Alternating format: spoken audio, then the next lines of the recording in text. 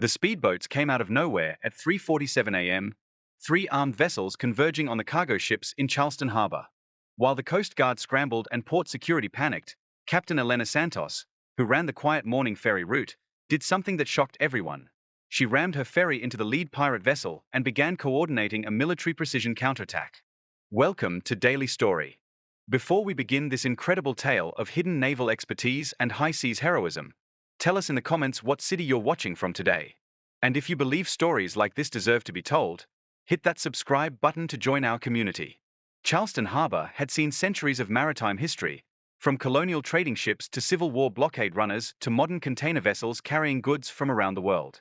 The harbor's deep waters and strategic location made it one of the busiest ports on the East Coast, with massive cargo ships arriving daily to load and unload millions of dollars worth of goods. Captain Elena Santos operated the Harbor Light, a passenger ferry that ran between downtown Charleston and Sullivan's Island every morning and evening. At 45, she had been running the same route for 8 years, carrying commuters, tourists, and locals who appreciated the peaceful 20-minute ride across the harbor's blue-green waters. Her passengers knew her as a competent, quiet captain who kept the ferry on schedule, maintained the vessel in perfect condition, and could navigate the harbor's tricky currents with the kind of precision that made the ride smooth even in rough weather. She had the weathered hands and steady gaze of someone who had spent her life around boats, though most people assumed she was just another local who had grown up on these waters. Elena lived alone in a small house overlooking the harbor, where she could see the lights of cargo ships and pleasure boats moving through the channels she knew by heart. Her neighbors thought of her as the friendly ferry captain who kept her yard immaculate and always waved when she left for work before dawn. They noticed that she kept unusual hours and seemed to know every boat that moved through the harbor, but they attributed this to the natural awareness that came with her job.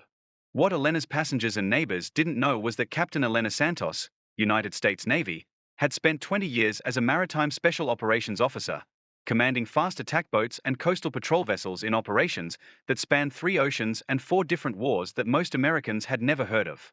For 2 decades, she had been part of a specialized unit that conducted reconnaissance, interdiction, and direct action missions in hostile waters. She had hunted drug smugglers in the Caribbean, tracked enemy submarines in the Mediterranean, and led boarding operations against vessels carrying weapons to terrorist organizations. Her official service record listed her as a logistics coordination officer, but her actual missions were classified at levels that required presidential approval. The transition to civilian life had been Elena's choice. After 20 years of combat operations and clandestine missions, she had requested transfer to shore duty, then retirement, seeking the kind of peaceful routine that her covert career had never allowed. Running a passenger ferry gave her the satisfaction of being on the water, without the life-and-death decisions that had defined her military service. She had chosen Charleston specifically because its busy harbor would allow her to blend in while maintaining the situational awareness that had kept her alive during missions in some of the world's most dangerous waters. Every morning, as she piloted the Harbor Light through the familiar channels, she could monitor maritime traffic, note unusual patterns, and satisfy the professional vigilance that had become second nature. Elena had carefully constructed a civilian identity that had nothing to do with naval warfare or special operations. She volunteered at the local maritime museum, helped with harbor cleanup efforts, and had even started dating Marcus Reed, a marine biologist who made her laugh and shared her love of the ocean. For 8 years, she had successfully convinced herself that she was content with the simple satisfaction of safely transporting passengers across water. She understood better than most people understood their neighborhoods. The morning of October 28th began like any other. Elena arrived at the ferry dock at 3:30 a.m. to complete her pre-departure checks and prepare for the 4 a.m. departure that carried early shift workers to Sullivan's Island. The harbor was unusually busy for such an early hour, with 3 large cargo vessels anchored in the shipping channel, waiting for dawn to begin unloading operations. As Elena started the Harbor Light's engines and began her routine equipment checks, she noticed something that triggered the operational awareness she had spent 8 years trying to suppress. 3 small speedboats were moving through the harbor without navigation lights, maintaining a formation pattern that suggested coordinated movement rather than recreational boating. Elena observed the boats through her binoculars, noting their speed, direction, and the fact that they appeared to be converging on the cargo ships. Their movement pattern was tactical, maintaining distance while closing on their targets, using the pre-dawn darkness for concealment. After 20 years of maritime operations, Elena recognized the signs of an impending attack. She grabbed her radio and attempted to contact Charleston Port Authority, but got only static. The normal communication frequencies were being jammed. Another indication that what she was witnessing was a professional operation. Elena made a decision that went against every civilian instinct she had developed over 8 years of peaceful ferry operations. She was going to intervene. Elena maneuvered the harbor light away from the dock and toward the shipping channel, her movements careful to avoid alerting the speedboats to her presence. The ferry wasn't designed for combat operations, but Elena's experience had taught her that any vessel could be used tactically if the captain understood maritime warfare principles. At 3:47 a.m., the attack began. The 3 speedboats accelerated toward the cargo ships, and Elena could see muzzle flashes as armed men opened fire on the vessel's bridges and crew quarters. This wasn't piracy in the traditional sense. The attackers were using military-grade weapons and coordination that suggested state-level backing or a professional terrorist organization. Elena assessed the tactical situation with the speed and precision that had once made her one of the Navy's most effective special operations commanders. The speedboats were fast and maneuverable, but they were also small and vulnerable to ramming. The cargo ships were sitting ducks, too large and slow to evade or maneuver defensively. She had one advantage the attackers hadn't counted on. They had no idea that the captain of a civilian ferry was a former maritime special operations officer who had conducted similar raids from the other side. Elena pushed the harbor light's engines to maximum power and turned directly toward the lead speedboat. The ferry wasn't fast by military standards, but it was much larger and heavier than the attack boats. In maritime combat, mass and momentum could overcome speed and agility if applied correctly. The lead speedboat's crew noticed the ferry approaching and assumed the civilian captain was fleeing in panic. They ignored the harbor light until Elena was less than 50 yards away and committed to a collision course that the speedboat couldn't avoid. The impact was devastating. The harbor light's reinforced bow struck the speedboat amidships, crushing the smaller vessel and throwing its crew into the harbor. Elena immediately reversed engines and turned toward the second speedboat, which was now fully aware that they were under attack by what appeared to be a civilian ferry operated by someone with military training. But Elena wasn't finished.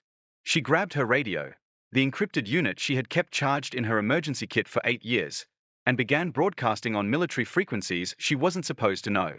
Any Coast Guard or naval units, this is Captain Santos conducting maritime interdiction in Charleston Harbor. I have hostile speedboats attacking commercial vessels. Request immediate assistance.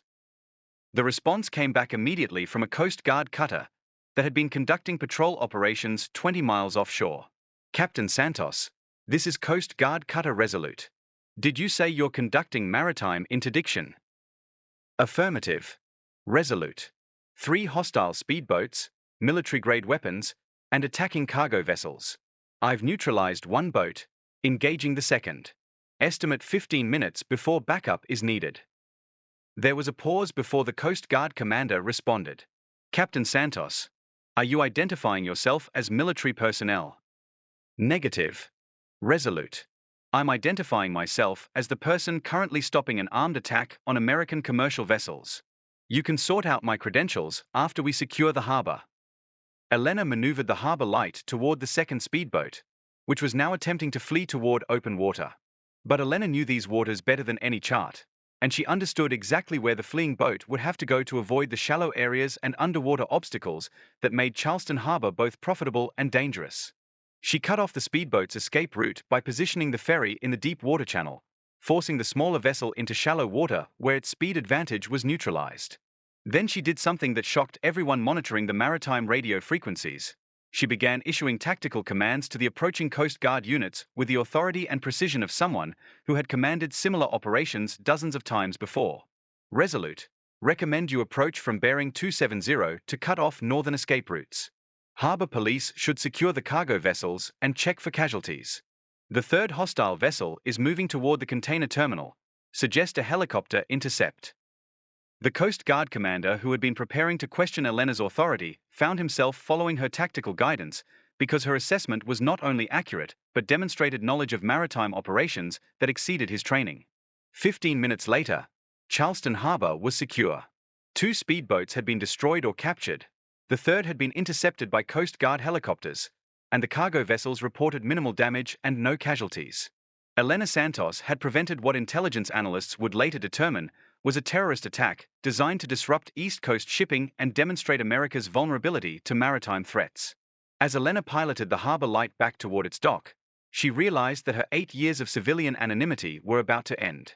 Coast Guard investigators, FBI maritime terrorism specialists, and Navy intelligence officers would all want to know how a ferry captain had conducted a textbook maritime interdiction operation using tactics that weren't taught in civilian maritime schools. Commander Sarah Mitchell from Coast Guard Intelligence met Elena at the dock, her expression mixing professional curiosity with growing understanding as she reviewed Elena's actions during the attack. Captain Santos, your radio communications and tactical decisions suggest advanced maritime training.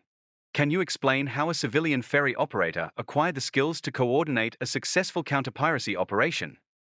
Elena looked out at the harbor where Coast Guard vessels were still processing the scene, then back at Commander Mitchell.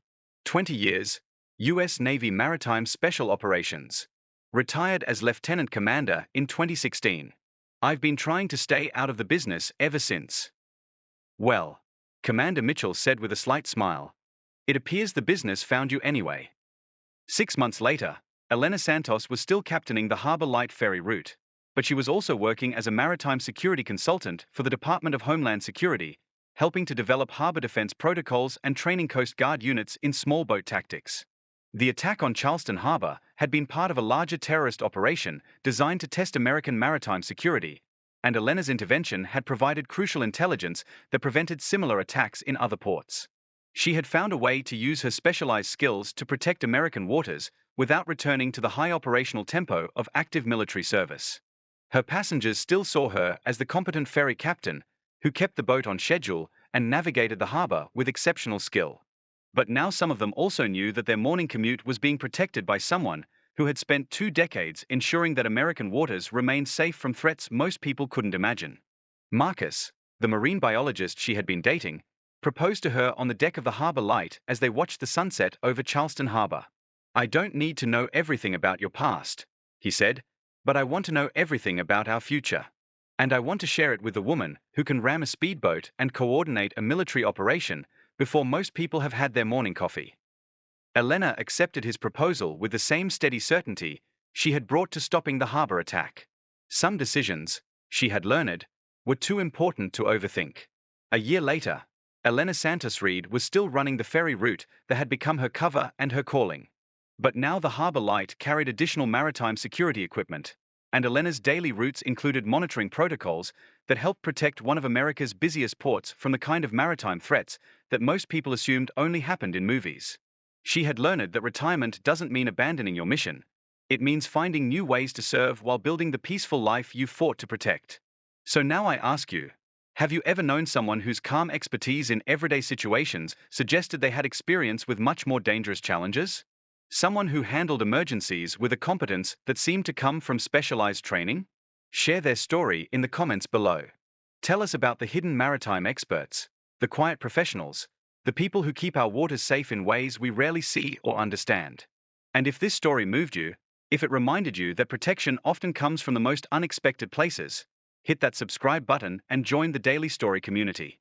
We are here to honor the maritime guardians, the naval warriors, the people who ensure our waters remain safe for commerce, travel, and the peaceful enjoyment of those who depend on the sea.